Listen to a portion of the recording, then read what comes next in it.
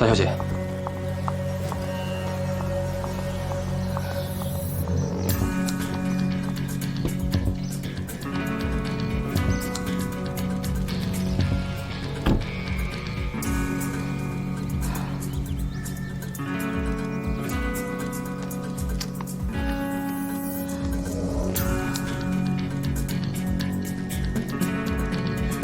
这儿人的消息没有错，果真是7点，地点在欧家，眼镜已经准备出去接人了。行，让远文一定做好准备。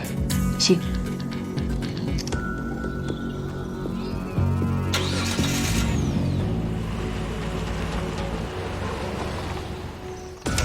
郑哥，按计划进行，连接士兵信号。明白。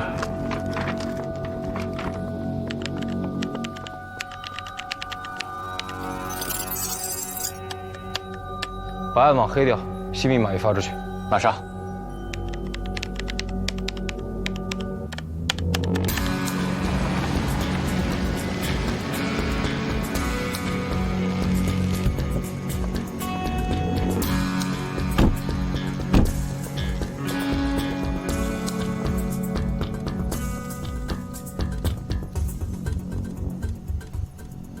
先生，周先生到了。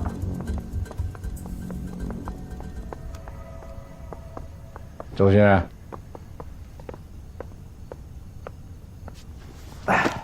欧先生是吧？坐吧。旅途辛苦了，来喝口茶，精精神。茶就免了，我的 schedule 排得比较满。长话短说啊，有个问题想问你。铁观音自杀，洋葱头失踪，怎么回事？一个集团呢，总会出现大大小小的问题，而这些问题是我们集团的家事，我相信我们自己能处理好。家事啊，好。那大坤呢？怎么回事？他是集团的叛徒。既然是叛徒，那为什么背叛？知道吗？怎么周先生好像对大坤特别感兴趣啊？眼镜，把大坤的材料拿来，给周先生过目。是。No，never mind。我就是随便问一下。其实呢，你们公司的情况我不能说是了如指掌吧，但是我在云港待了这么多天，也听到了很多风言风语。我在想啊，你们 K 集团在4大金刚折了3个之后，还有没有这么大的影响力？是不是要打个问号呢？眼镜，账本拿来。我又不是税务局的，看你们账干什么？是你们死活追着幽灵先生要合作的，不得已才把我派过来探一探你们的底。刚才咱们提到了大坤，据我所知，他应该是你们集团负责出货的，对吧？没错。没有他，集团是怎么出货的？周先生，我们有一套在暗网上运行的销售网络，如果您感兴趣，可以给您看一下。好，不瞒你们说，我这次过来就是要看看你们的暗网系统，演示演示。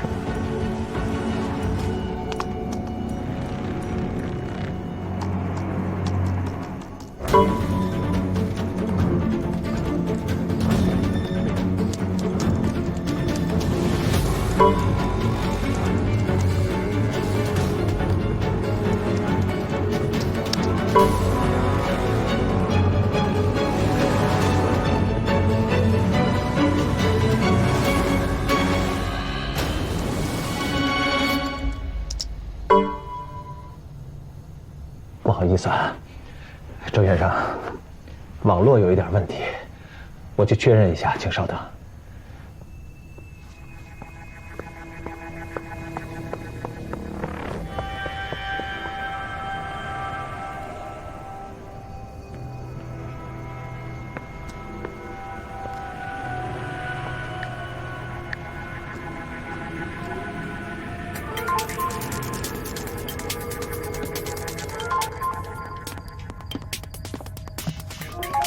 哎，眼镜电话来了，我就知道眼镜肯定坐不住，记得啊，演戏演全套的，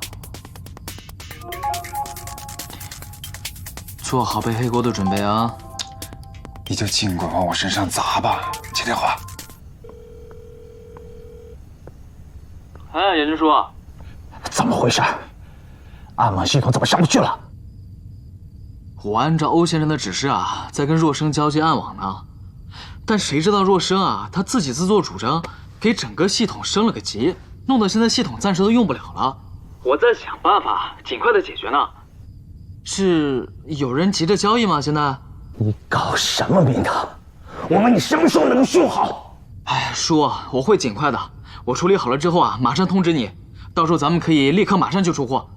你让你那个买家等等不就是了吗？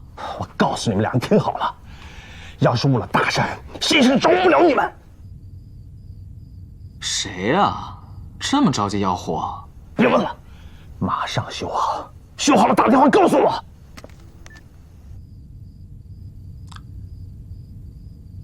你说眼镜叔会不会上钩呢？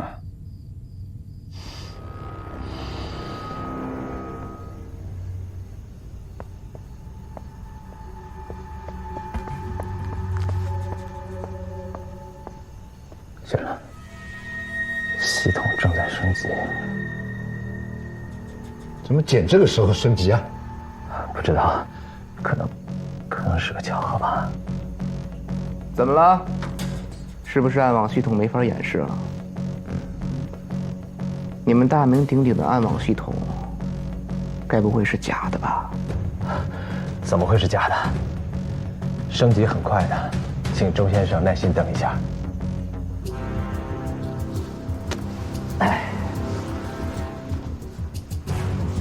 做生意一讲诚信，二讲周密。你们明明知道今天我要过来，却没有把该准备的准备好。很抱歉，这样的合作伙伴没有兴趣。安排人送我回去吧。周先生别忙走，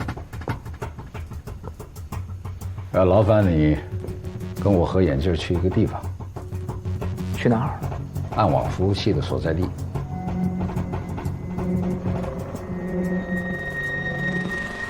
好啊，很期待你们的演示。请。白先生，不能去啊！您说过的，这件事情只能你知道，我知道，不能让另外的人知道。告诉你，这笔生意要是砸了，我会要你的命。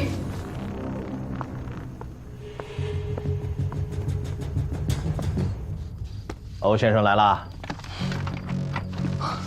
干爹，欧先生，您这说，给你们俩介绍一下，这位是周长浩先生。放大。周先生你好，我是李国生，这位是莫青，我们这套暗网系统就是他开发的。一龙，哦，查一下这个。他开发的。对。莫青，这系统没问题了吧？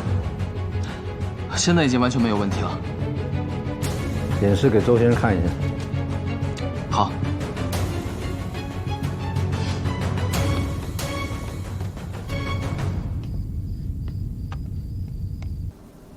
查到了。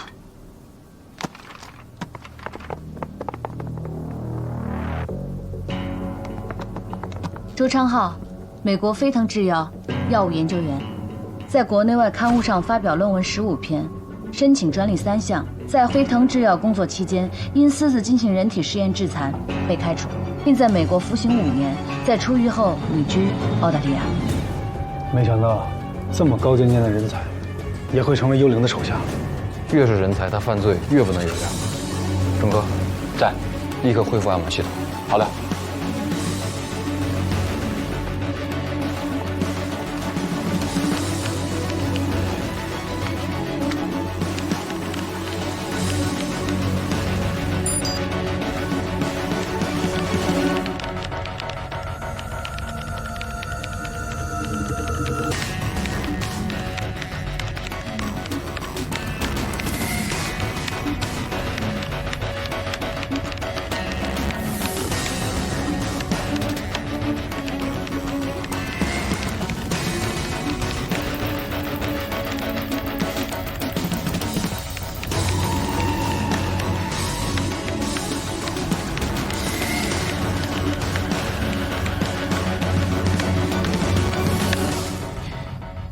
这就是我们集团全国各地的客户资料了，加起来能有100来家，平均每天的出货量呢，在5公斤左右。周先生，公布一下吧。日出货量5公斤，这可不是一个小数目啊！你们这暗网系统有点意思啊。哎，木青，我问你啊，你开发这套系统用了多久？也就3个月吧。3个月。嗯。据我所知，大坤把 K 集团的营销网络从无到有建立起来，用了3年。没错。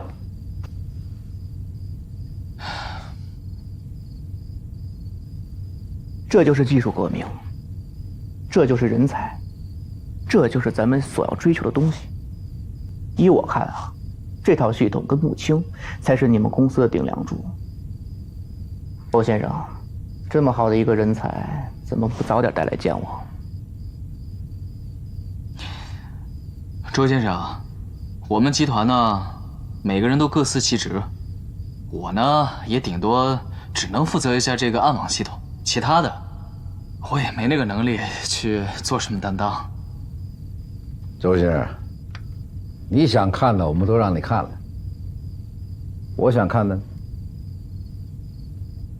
这样吧，明天你安排一下，我会演示给你们看的。另外，我希望木青也要到场。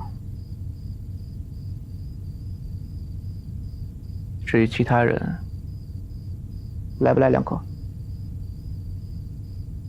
眼镜儿，送周先生回去。是，请吧，周先生。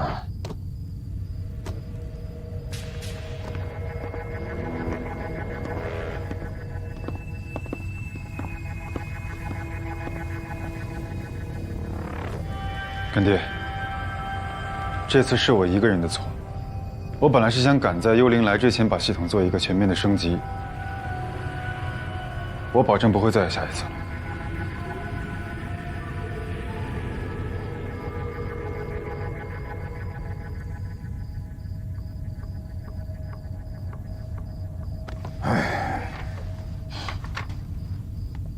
我不怕系统出问题呀，系统有问题可以再安装，可人心跟脑子如果坏了，你就不好收拾了。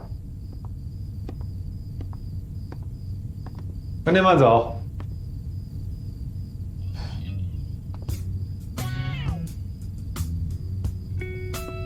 险中求胜，6啊！哎呀，若生啊，这才刚刚开始，只走出了第一步，接下来的每一步啊，咱们必须要低调、低调再低调才行。知道了。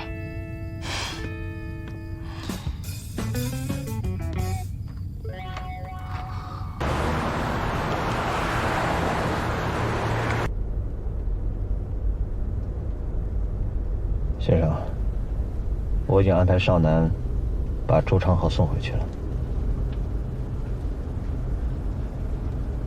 姓周这个家伙，真是不懂半点江湖规矩。这个幽灵为什么要用这种人呢？我觉得合作生意这件事情，还需要好好想一想。幽灵本来就是个怪人，他手底下的人有点小脾气，很正常啊。眼镜儿，暗网的事情你办得不漂亮哦。我承认，可是我搞不明白，怎么会就这么巧？消息也没泄露出去，怎么会出了这么个情况了？看来老天爷是不肯让我把木星挡在门外了。那您的意思是？把工厂的地址发给他，明天让他早点到。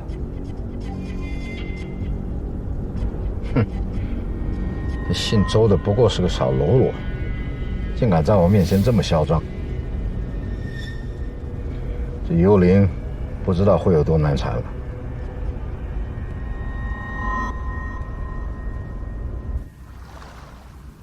好，我知道了，我明天一早就到。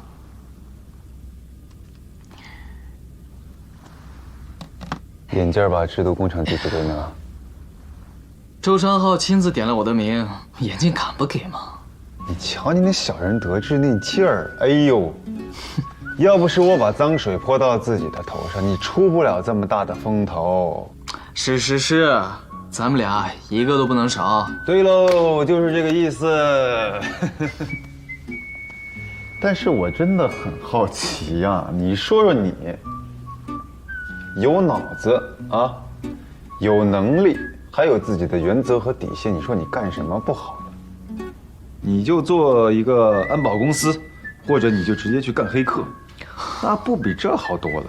非得干我们这一行，不知道你怎么想的？你到底图什么？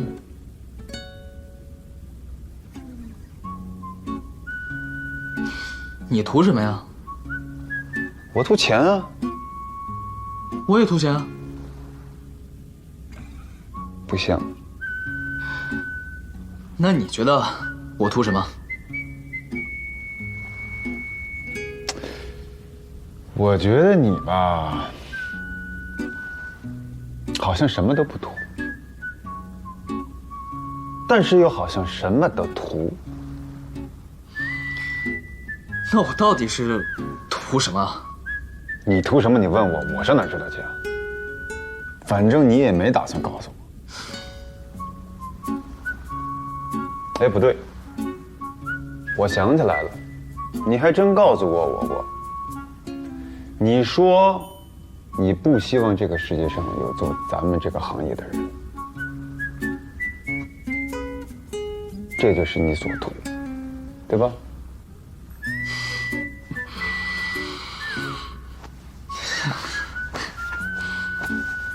假正经。哎呀，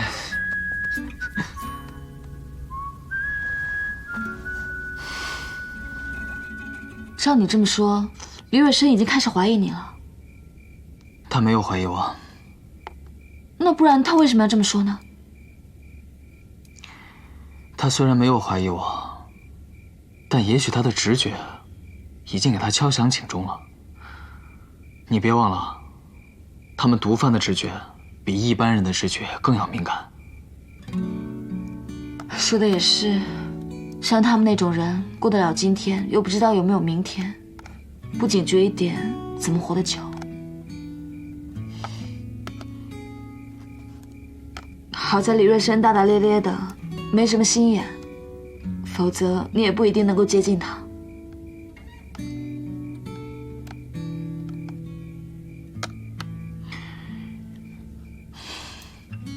白天时候你说的那个感觉啊，其实我也早就有了，尤其是刚刚，更加明显。李若生那双眼睛啊，就那么直勾勾地看着我，我完全能够读懂他那双眼睛里面对我的信任胜过其他任何一个人。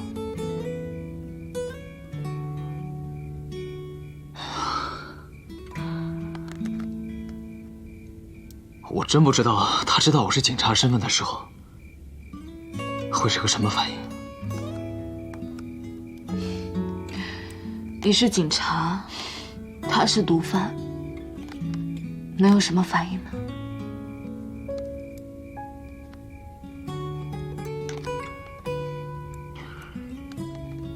就像你白天劝我那样，我们必须要时刻记着自己的身份。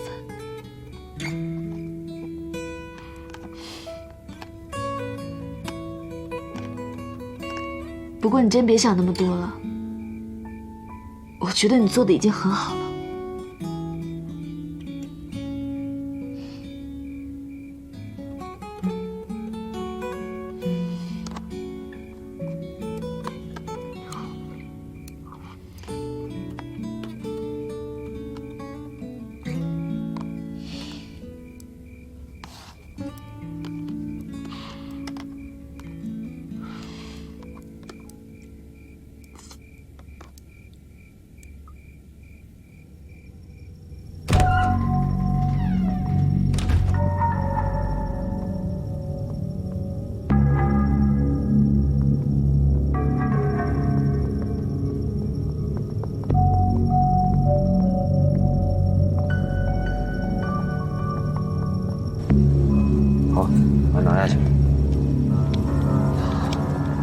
哎，眼镜哥，穆老板也来了。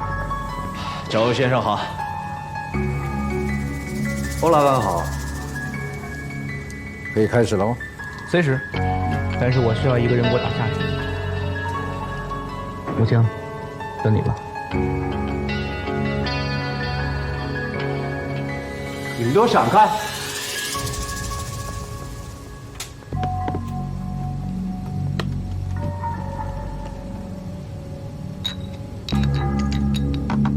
这些呢，就是制作幽梦的所有原料。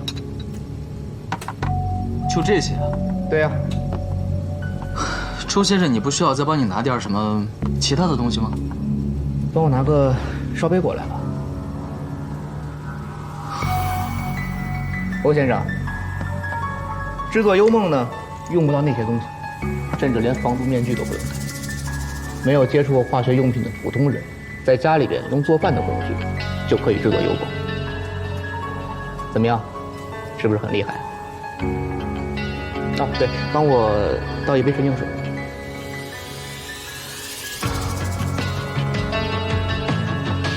这些原料呢，通过了国外对云港的所有安检，都没有被检查出来。这么说吧，在全世界范围之内，任何一个国家的警方都没有掌握这些原料，所以他们根本不知道这是什么东西。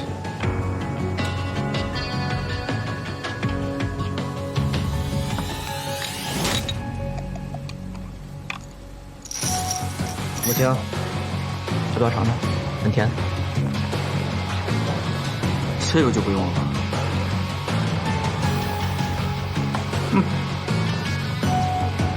大家看好了啊！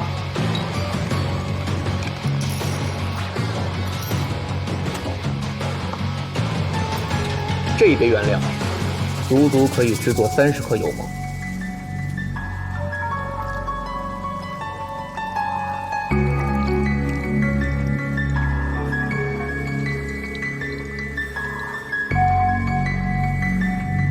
OK，the show is over。这就是幽梦。这就完了？你要不信的话，找个人来试一下。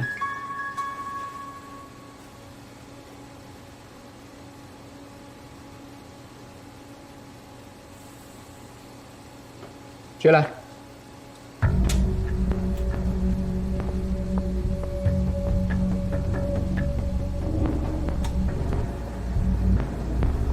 就你了吧？那个不要，那个。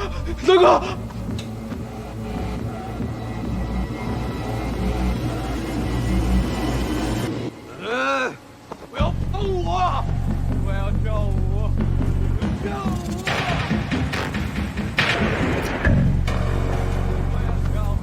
欧先生，看到了吧？不过30秒，人就像飞起来一样。这就是幽梦的威力。要不是亲眼所见，真的很难相信这幽梦有这么大的威力。周先生，那咱们回家去好好聊聊吧。好啊。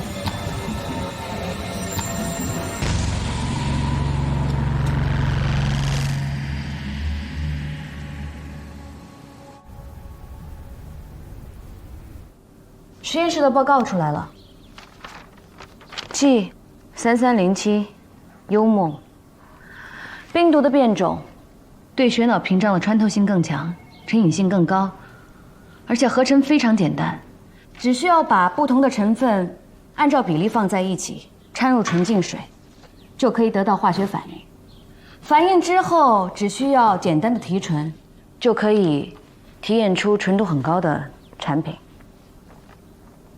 我的妈呀，这幽梦不就是个怪物吗？我是亲眼所见，用不了30秒，整个人就跟疯的一样。做警察这么多年，我还从来没见过这么霸道的毒品。要是这种毒品在中国大面积的散开，那是不得了啊！说的没错，这种新型毒品，它的合成很简单，根本无迹可寻，而且强烈的依赖性，传统的戒断方式根本起不到作用。龙队，接下来我们该怎么做？ 6成，还要预付。周先生，狮子大开口了吧？这可不是我的意思，这是幽灵的意思。你们只提供原料，就要拿6成，我们得冒着生命危险去撒货呀。这条件我做不了。不管你做得了做不了，幽灵出的就是这个价，没得商量。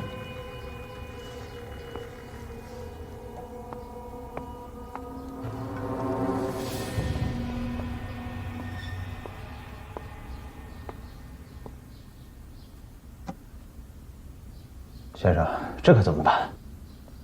他们真的是一下子要拿走6成的话，我们这边还要预付原材料的钱，按照集团现在的情况，撑不住。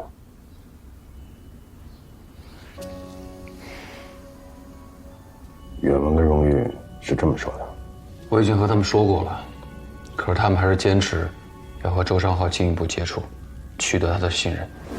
我们可以利用他摸清楚幽灵的踪迹。如果现在就把周昌浩逮捕的话，这条线很可能就彻底断了。我赞同我们不应该打草惊蛇，否则之后又再找到幽灵就很难了。一旦让幽梦这个毒品在国内流行起来，我们又摸不清楚它的来龙去脉，真的会让我们非常的被动的。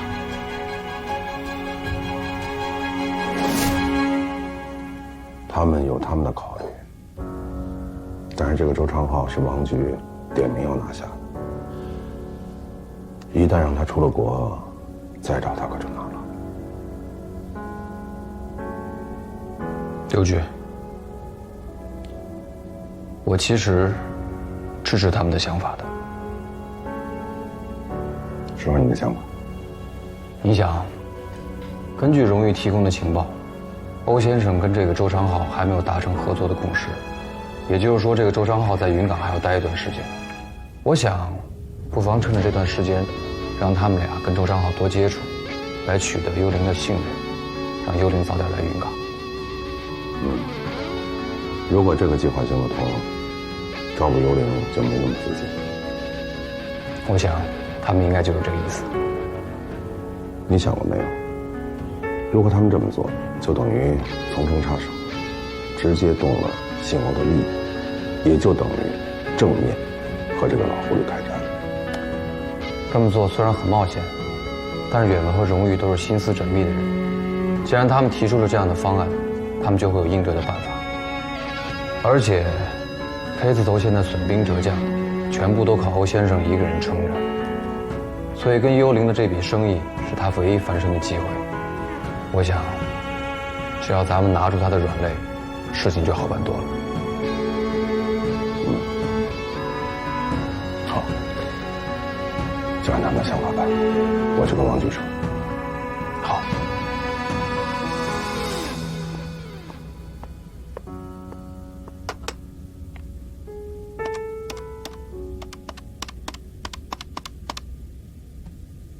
先生，您的格子。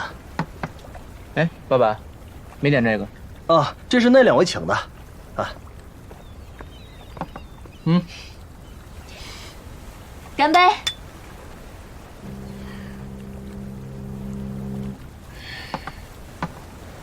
所以说，穆青，你不单单是暗网系统的开发者，还是欧先生的准女婿。是，爱情这东西啊，一旦来了，想挡也挡不住。挡？你还想挡？你说？我不是这意思。所以说，我猜想这不单单是简单的偶遇吧？是，这次不是偶遇。所以你们俩是替欧先生当说客的吗？说客？什么意思？你不知道？6成，预付，这是我给欧先生的价码。太高了吧？说实话，开出这个价码，我也是希望让欧先生打退堂鼓的。为什么呢？你这次来不就是为了要谈生意的？是，我来之前是这么想，但是我看到 K 集团现在的情况，我改主意了。我在想，这么一个风雨飘摇、随时都有可能垮掉的集团，实在是没有什么理由成为我们的合作方。既然这样，我也就开门见山跟你说了，是，我们俩来是当说客，不过不是为了我爸，是为了我们。我们希望你可以跟我们俩合作。凭什么？她是欧先生的女儿，将来呢一定会接欧先生的班的，而我掌控着我们集团所有的销路，这也是你亲眼看到的，也是你唯一能看得上眼的。我们是有信心，也有能力，可以将这套模式推出整个中国，甚至覆盖整个亚洲。周先生，你是一个聪明人，我想，这也是你想要的吧？继续。你原本是飞腾制药的研究员，科研水平算是业界的翘楚。你在那儿待了5年，始终是个研究员，后来还因为一场小小的实验事故断送了前程。你在牢里待了5年，出来之后没人敢用你，你心有不甘。毕竟你原本那么努力，也只是希望新药可以早点研发出来，名利双收而已。所以你跟随了幽灵，替他研发了幽梦。可你想过没有，这么多年你这么努力的帮他，他给了你什么？敢查我？你们 K 集团的人胆子都这么大吗？如果说你们要是挑拨我跟幽灵之间的关系，那么对不起，你们找错人了。6成，幽灵的6成我给不了，但我可以给你2成。行贿吗？行贿这个词呢不太合适。不过你想想，这2成的货款，幽灵给得了你吗？你考虑考虑吧。只不过，你如果真想拿这笔钱，你还得帮我们。周先生，说了这么多了，一定口渴了吧？来，加酒，一起喝一杯吧。来，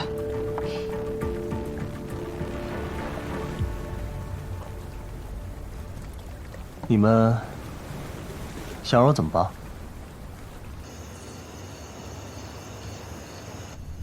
？3成，预付50%，这是幽灵的最终价码。先生，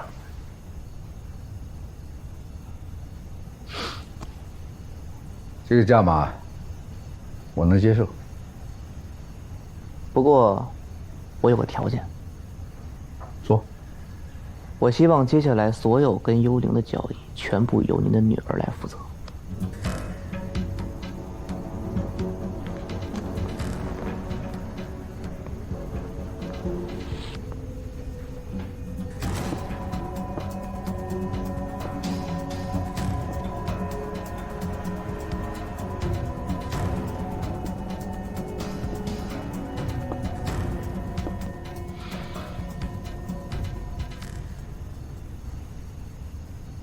什么意思？就是话里的意思。今天中午，我跟你的女儿还有女婿，在海边吃了顿饭。3成这个价码呢，也是您的女儿求情跟我求来的。说实话，原本我是看不上你们这个 K 集团的，也就是穆青，是叫穆青吧？啊，他的那个暗网交易系统。能够触碰到我的一点点嗨点，但是吃过饭之后，我发现您的女儿倒是很有头脑。我这人呢，就喜欢跟有头脑的人合作。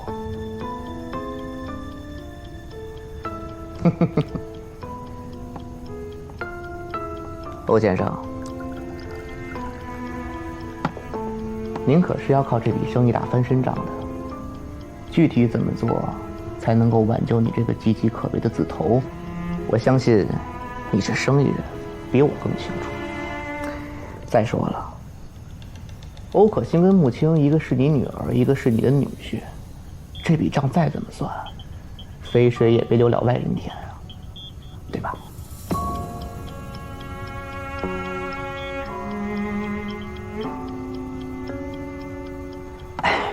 如果你答应，我会尽快通知幽灵来云港；如果你不答应，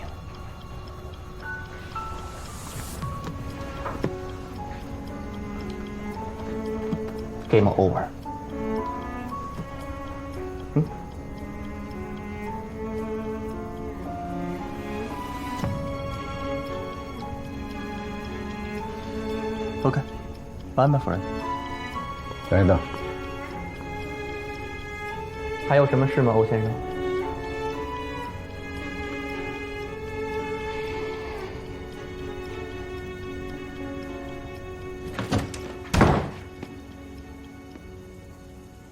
周昌浩都跟你说了，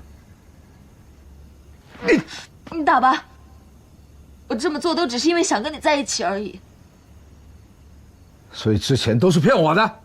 我没想要骗你，但是我不能看你对着那个毛头小子低三下四的。我都知道，我所有的事情都知道。你让我跟母亲订婚是假的，你让我跟他出国，只是因为不要我去碰这个烂生意。我也知道你需要这笔生意。 但周昌浩跟他后面的老板，他给了你这个机会吗？你一个人根本就扛不住。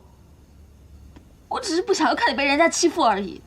那你自己往火坑里跳！你早就在火坑里了。我是你女儿，我跟你一起扛不对吗？可惜，一直以来我只希望你是清清白白的，远离这个泥淖。你，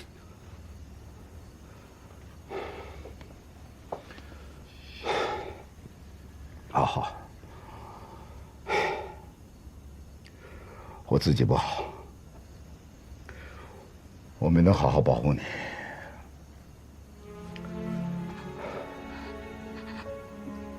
你别这样嘛，你不要自责了。我说过了，有你的地方就是我的家，我不想再跟你分开了。你现在已经进来了。 咱们爷俩没有退路了。只要能跟你在一起，我从来就没想过要什么退路。还有母亲，这次要不是他跟他的暗网，周昌浩不会给我这个机会的。如果生意成了，你也得感谢他。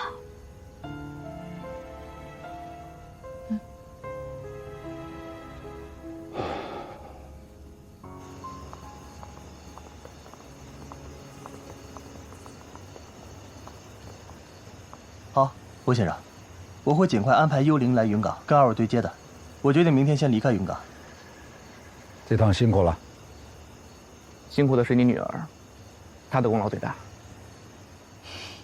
具体时间呢，我会通知你的。等你通知。走了。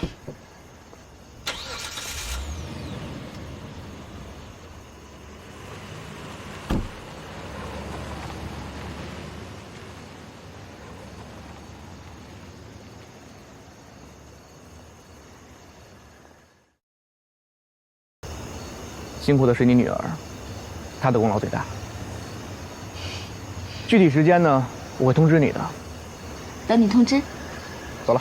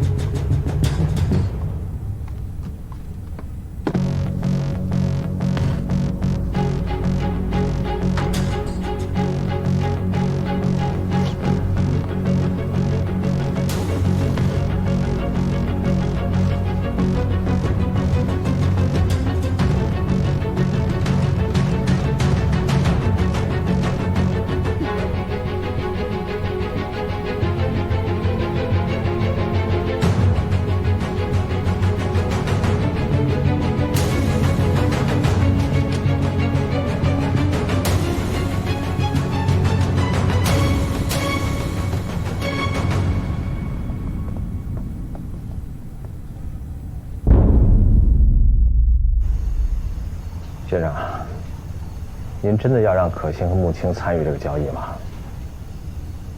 说实话，我还是觉得有问题。他们俩是怎么搭上周昌浩这条线的？有没有跟您说过？很重要吗？这太诡异了，这就像大半夜里突然冒出了笋尖一样，毫无预兆啊！不管怎么说，笋尖还是冒出来了，你没挡住。一步错，步步错。因为你的疏忽，把穆青给扯进来了，接着就可惜，功亏一篑了。先生，这件事情，我觉得有必要还是需要查一查。查什么呀？怎么查？难道还像先前一样，要他们两个给我纳个投名状？我不是这个意思。那什么意思啊？你的意思我明白得很。你不是怀疑，你是害怕。周昌浩欣赏穆青，我也顺水推舟提拔了穆青，你就害怕了。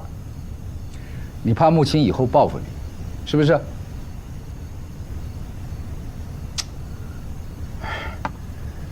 眼镜儿，我布局，你执棋呀，这最后的赢家应该是你呀。精心准备了半天，最后反而给这两个毛头小伙子做了嫁衣。你呀，亏你还跟我混了10几年。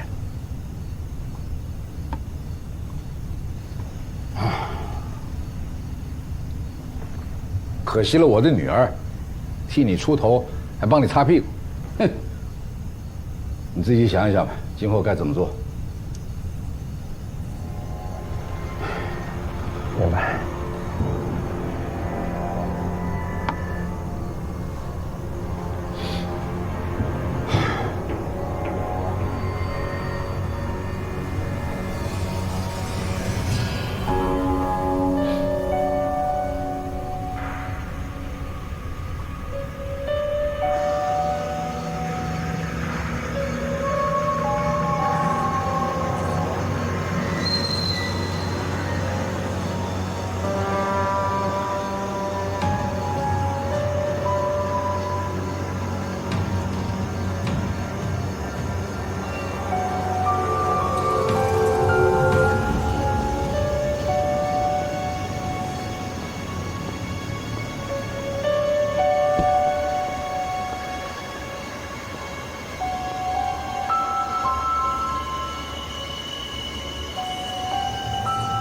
陆哥，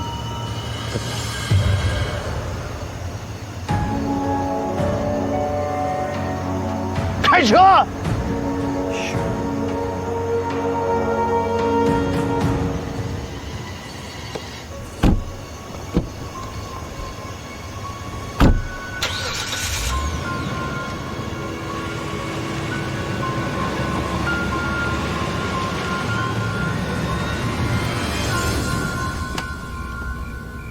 老赵，是这钱。没错，一共是7种。老包，你记录一下。好。这个3粒 A 3粒，这个放2粒 B 2粒，最右边的放4粒，其余的都是1粒。这个4粒。OK。老包，哎，你跟机场那边沟通一下，把这些配料比例和原料以最快的速度送到北京去。好，那我这就送。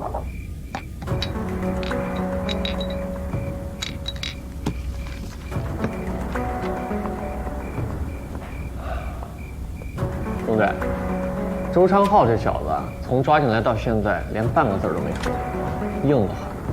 再硬，咱们也得要解决他。他能帮着幽灵到云港来谈生意，可想而知他是幽灵身边重要的人。这么好的机会，咱们绝对不能放过。可是，周昌浩的飞机还有1个小时就要起飞了。如果咱们不能顺利的攻破他，延误了他和幽灵通缉的时间节点，那咱们这条线索就算是断了。老赵，这样，你去跟刘局汇报一下这个情况，看能不能让民航那边拖延一下飞机的起飞时间。好，我马上去办。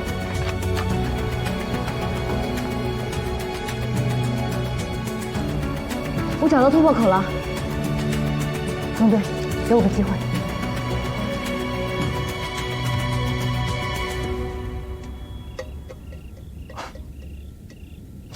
你们呀，别费力气了。我的律师不来，我什么都不说。没想为难你，是有些问题要跟你核对一下。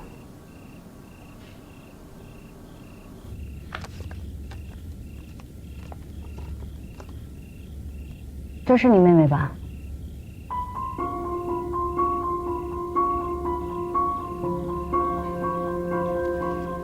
不回答就是默认了。那我接着往下问。你入职飞腾制药之后，工资不算高，和妹妹2个人还你的助学贷款。那时候的生活挺辛苦的，对吧？你提他干什么？我做的事跟他没关系。回答我们的问题。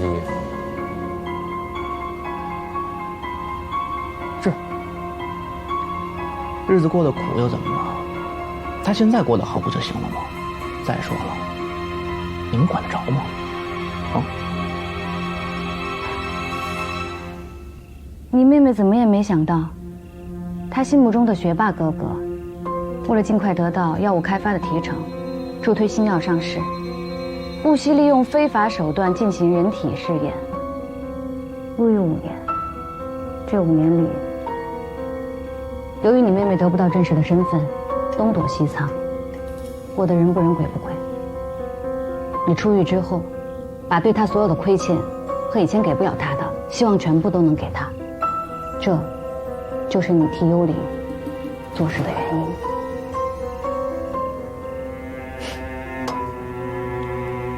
绕来绕去，又绕回来了，差点中了你们的圈套。从现在开始，我一个字都不说。你会说的。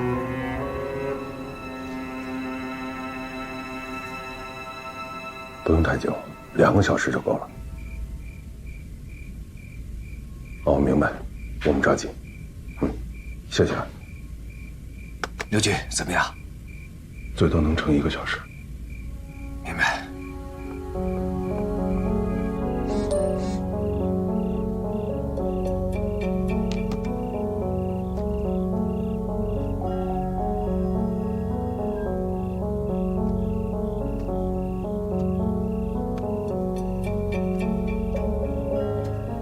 周长浩，你妹妹叫周梅，今年23岁。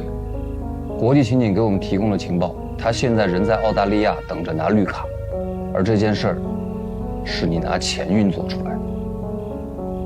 你的妹妹是你唯一的依靠，你知道只有她拿了绿卡，才能得到心里的归宿，所以你不惜血本帮助她完成这个愿望。这足以说明你是个知恩图报、有情有义的人。如果我们通过国际警方告诉澳方，你花在你妹妹身上的钱都是贩毒获得的赃款，你敢？我当然敢了，而且我马上就要去做。她是无辜的，谁能证明？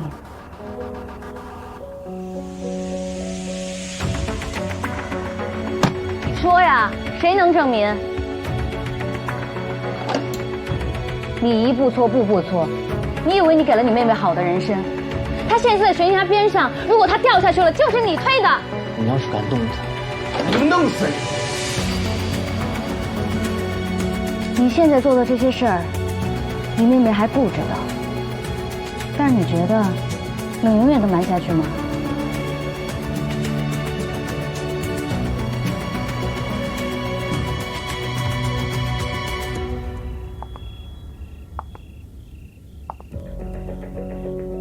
是否配合警方，取决于你。但我劝你，最好好好考虑。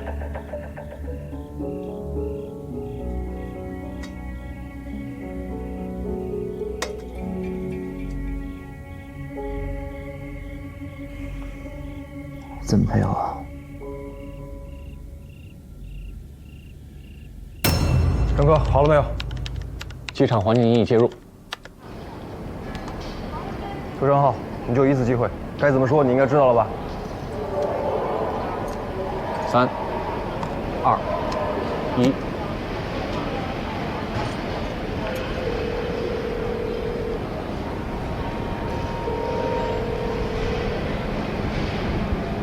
你怎么还在机场？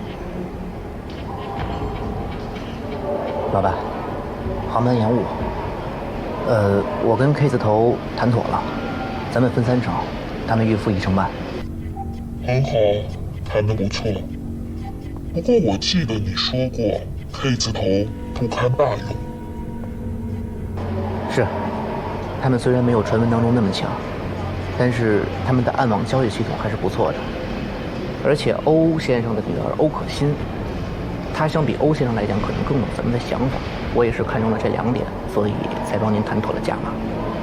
这么说，你都谈妥了？是，就等您过来了。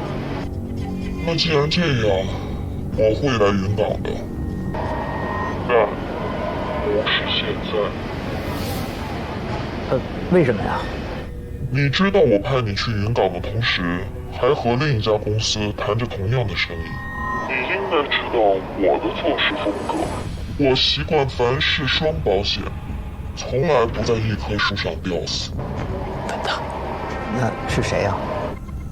这不是你该问的事。回到澳洲，你先休息一段时间，等我这边的消息。老板，那我今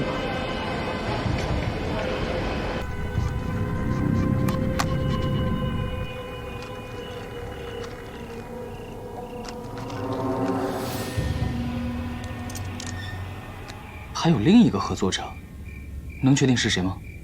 幽灵连周章浩都瞒着，什么都查不出来。那幽灵的位置查到了吗？通话时间很短，没有定位到位置。很可惜，除了通话录音之外，什么线索都没有。如果幽灵说的是真的，他还有其他买家的话，那么这么长时间以来，我们在 K 字头所埋的所有的线，都等于是白费了。而且到了那个时候，如果我们再想找到幽灵的话，恐怕就是难上加难的事情了。这些我也都想到了，所以现在我们找出幽灵的第2个买家是我们的重中之重。我和王局和刘局商量过了，还是需要你们来帮忙找出这个神秘买家。根据你们提供的情报，欧先生和幽灵已经有过直接联络。说的具体一点。幽灵瞒着周昌浩是为了最大程度保证自己的安全，但对于欧先生就不一样了。幽灵喜欢买双保险，他想看2个买家斗，然后斗出一个高价来。这样说来，幽灵就不一定会让欧先生和另外一个买家完全互相不知情。所以你觉得幽灵有把底透给欧先生？你希望我们借用欧先生跟幽灵之间的关系，去探出新的买家是谁，对吗？没错。留给我们的时间不多了，你们要尽快行动，我们这边会全力配合你们，一定要抓住这个机会。知道了。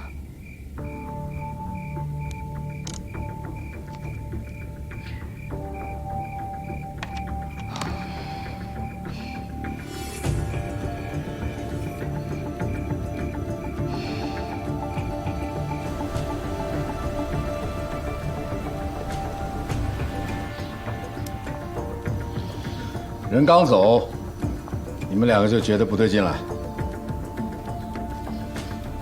照理来说，生意谈成这个样子，幽灵早就该跟我联系了。可是现在呢，都过了20几个小时，一点消息都没有。我这不才怀疑吗？可惜啊，要说谈生意啊，你的经验还嫩得很。如果我是幽灵，我就会在现有的价码上，再跟你搓一搓、揉一揉，再跟你撑一会儿，然后等你一着急，我就又有主动权再提一次价。越是这个时候，越要稳住阵脚。即便这样，在这最后关头，我们还是不能掉以轻心。再说了，提早知道幽灵什么时候来云港，我们也好及早做准备啊。在幽灵面前掉链子，可不能再发生第2次。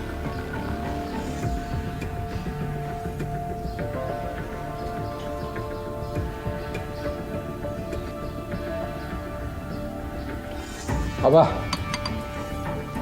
就照你们说的做吧。毕竟这笔生意是你们接下来的，我就把决定权都交给你们。今天晚上我跟幽灵联系，尽快把这个事情搞定啊，这样也能够把心里的大石头落下来。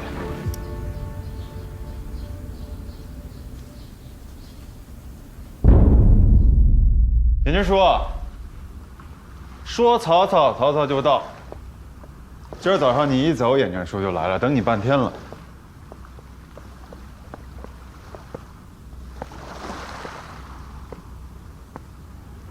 严军叔，你怎么在这儿？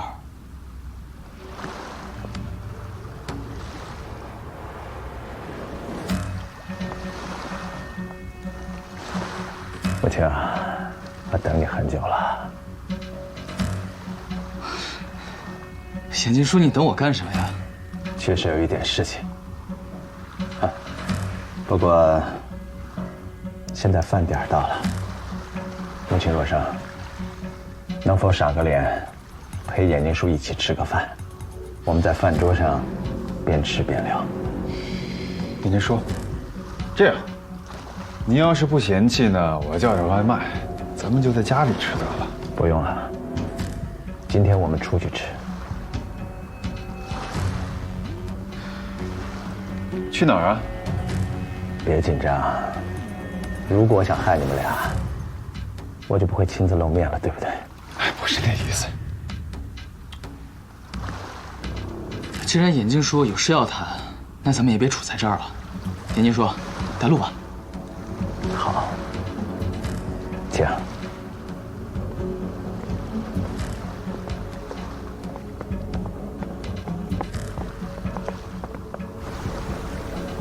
二位，请上车。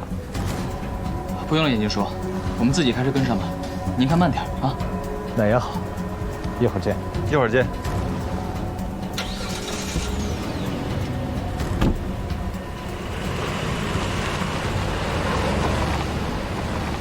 走吧。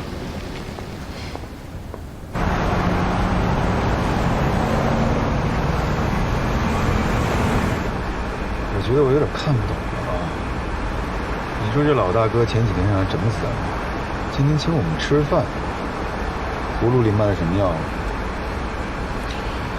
不管是什么药，咱们吃就是了。毒药呢？毒药你也吃？如果真的是毒药，那更要尝尝是什么味道了。真是不怕死。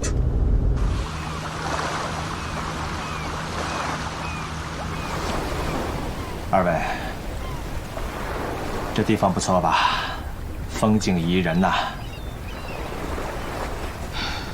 严金叔，你有什么话就直说吧。母亲啊，以前我一直怀疑你是内鬼，用了很多非常的手段。现在想一想，我做的很不对，过分了。二位，我敬你们一杯。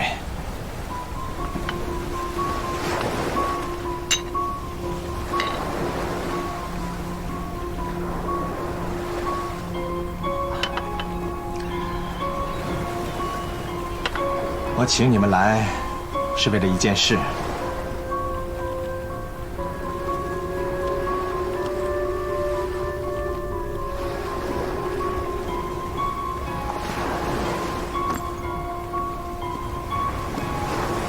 这里面是我多年积攒下来的资料账目，还有我的人脉关系网以及他们的联系方式，都在里面了。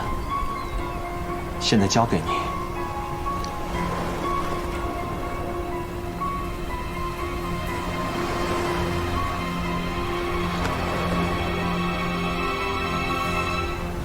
严金叔，这什么意思？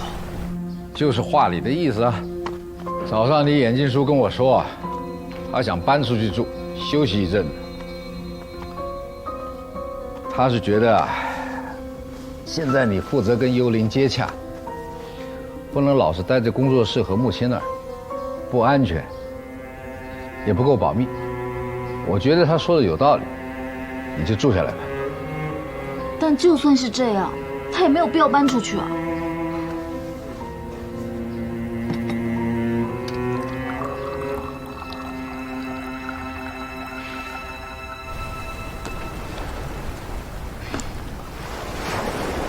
欧先生就这么同意了？您说，您是干爹身边10几年的老人了，您说要走，干爹真的舍得让您走吗？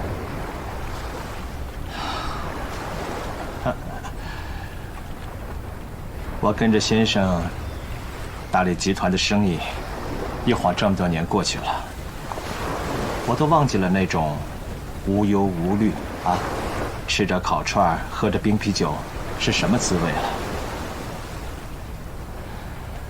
母亲啊，说心里话，我很不喜欢你，甚至有一点恨你。但是我不得不承认，你是我见过的最有能力的年轻人。现在是你们的时代了，我们那种面对面、枪对枪、以命换命才能做生意的日子，已经一去不复返了。既然我们落伍了，干嘛还要霸着这个位置不走呢？我早就想撤了。对于我来说，在这个道上混了这么多年，还没有栽跟头，已经算是个奇迹了。既然我有机会离开这个提着脑袋走夜路的生活，我为什么不趁早打算呢？看看，阳光、海浪、沙滩，这才是我想要的生活。既然他都已经想好了，就随他吧。可心啊，现在我的身边就只剩下你和木青2个人。既然你们决定要接下这个担子，就要把它扛起来，扛稳了，啊！你放心好了，我会的。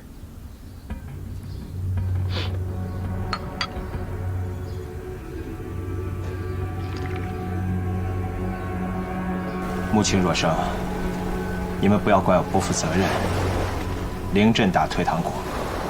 我只是觉得是时候该撤了。若生啊，哎，怎么不讲话？你是木青一手托起来的，我们俩之间有利益上的冲突，你站在他那一边，这很正常。但是，我们毕竟都是集团的人，是兄弟，也是一家人。既然是一家人，吵吵闹闹那是难免的。现在，大坤和铁观音折了，洋葱头也进去了。可心呢，毕竟是个姑娘，我现在也要走了，确实让先生很难办啊。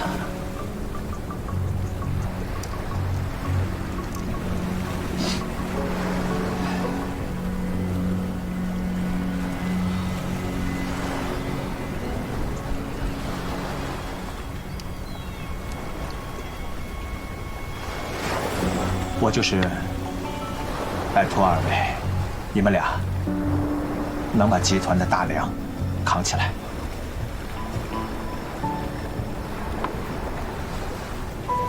天津叔，您是集团的功臣，我也不知道我应该说什么。都在酒里，希望过去的恩恩怨怨，我们兄弟俩不懂事的地方，都在酒里。好，来，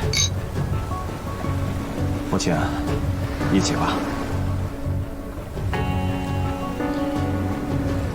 燕京叔，您就放心休息吧，集团交给我们就好。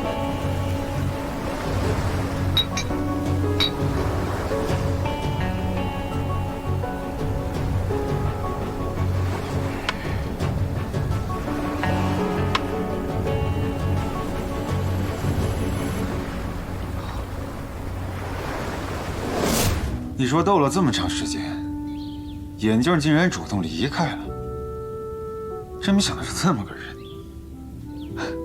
不是吧？听你这么讲起来，你该不会现在觉得他是一个重情重义、又知进退的老好人吧？那是绝对不可能的。我就是觉得怪怪的，说不上来。穆青，说说吧，这事儿怎么看啊？来，你们看看吧。财务做的是非常的详细，而且眼睛的交集范围非常的广，覆盖了各行各业，完全就是一个白小生了。可是，在这么关键的时刻，这么重要的一个人，他说走，干爹就让他走了。他该不会是在演戏给我们看吧？那他想达到个什么目的呢？我说过了，眼镜不是一个善罢甘休的人，但他是个聪明的人。现在他把底牌都丢给咱了，自己出去逍遥快活，很可能是选择了以退为进。说不定啊，现在在背后做什么小动作呢？先生是肯定不会对咱们怎么样了，但先生对于眼镜这些小动作，一定是睁一只眼闭一只眼，否则不可能这么轻易让眼镜离开自己。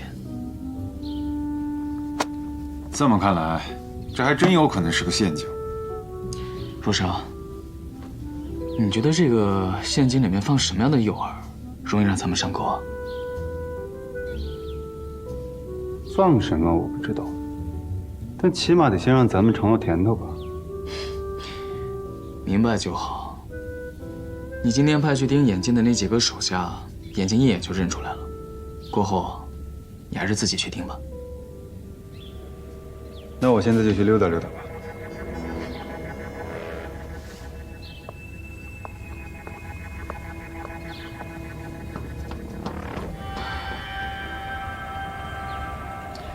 行，那我也回欧家去吧。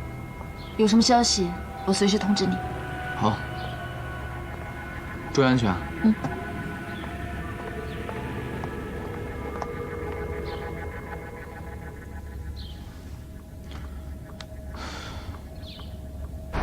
眼镜哥，你说咱们要对付他们，可你没说咱们要把咱们底牌全都交给他们。这条倒好，咱这手里什么筹码都没有，还怎么打分身仗？咱现在这是要去见谁啊？好好开你的车。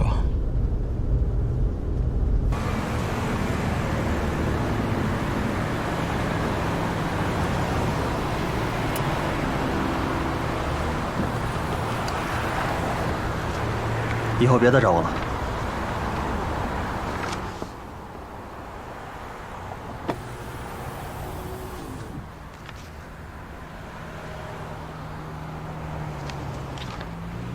哥，刚才那人谁啊？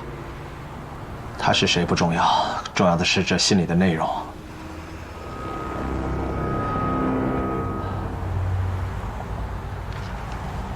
果然是这样啊！幸亏我多了个心眼儿，要不然真被你们糊弄过去了。这是？你自己看。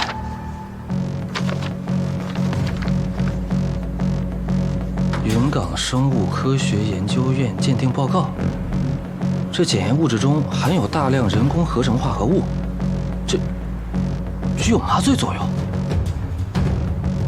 你还记得那天晚上穆青杀的那个警察吗？你就这么不相信我是吗？这份报告检验的样品物质，就是我从穆青用的那把枪上提取的。可这枪是咱们的人给的，这又是怎么回事？想想看，杀警察之前，他们做了些什么？穆青，你不是卧底，你不会这样对我。哥，难道你的意思是说，吴可欣帮了他？就是这样。其实我早就觉得蹊跷了。本来咱们集团好好的，但是自从欧克星回来，和母亲勾搭上以后，大坤出事了，铁观音也在了。眼镜叔，这么巧，你也在医院？欧克星前脚出现在医院，怎么回事？跑了。后脚，洋葱头的女朋友小月就被救了。咱们集团的4大金刚倒了3个，都与穆青和欧克星有着千丝万缕的关系。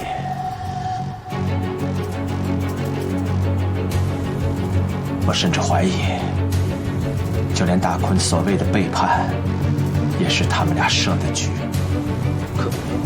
可她毕竟是欧先生的女儿啊。如果不是呢？啊，不是。少南，你现在立刻帮我找个人回来。这个人叫宝妈。这宝妈是欧克星的保姆，这些年一直在国外照顾欧克星娘俩。3年前，欧克星被松本文一毁容以后，他才被欧克星辞退的。可以说，他是最了解欧克星的人。你刚才说，我把底牌给了穆青，翻身仗咱们就打不了了。我告诉你，这才是我们的底牌。开车。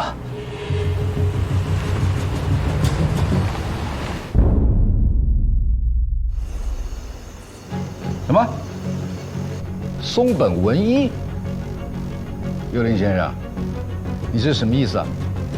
你不知道我跟他的过节吗？3年前，他绑架我女儿，威胁我退出东南亚，我都照做了，他却不讲诚信，害我女儿毁了容。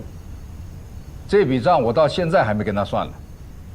你如果坚持要跟他合作，那就是踏了我的底线，我不会就这么算了。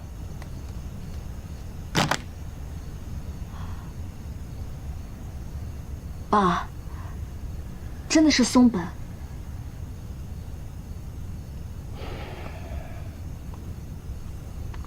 真是怕什么来什么。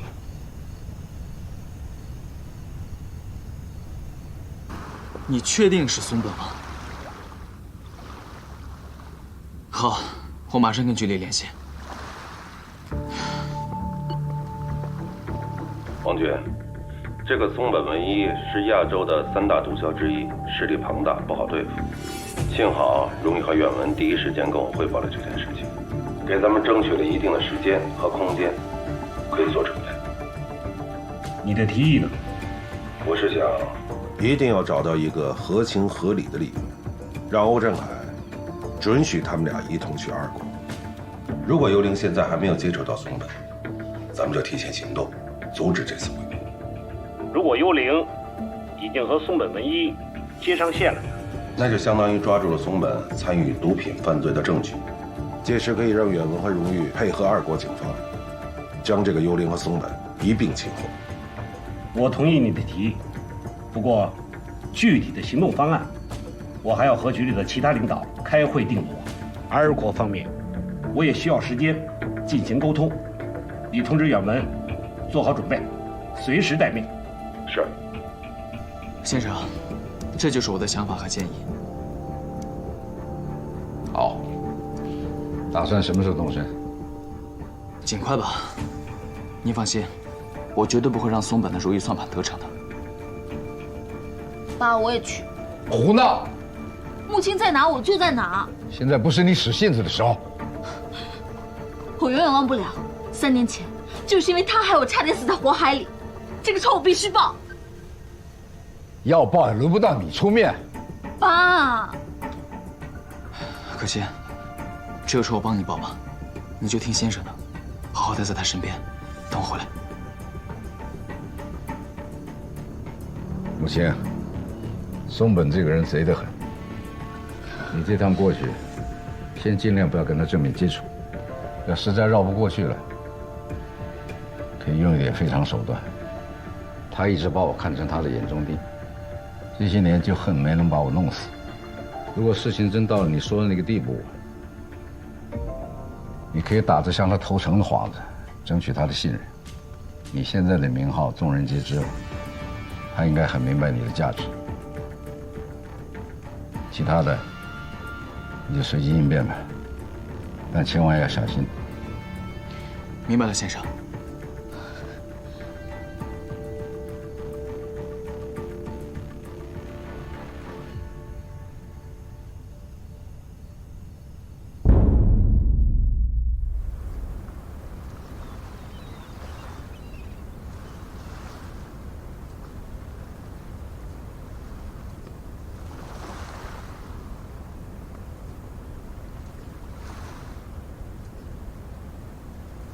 严经书，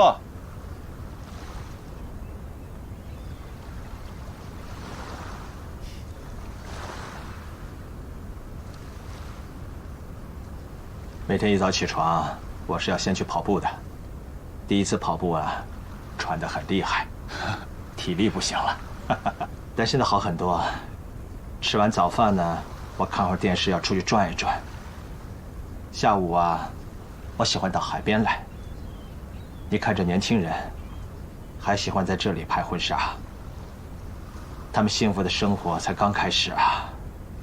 这种平凡的生活，其实是我想要的。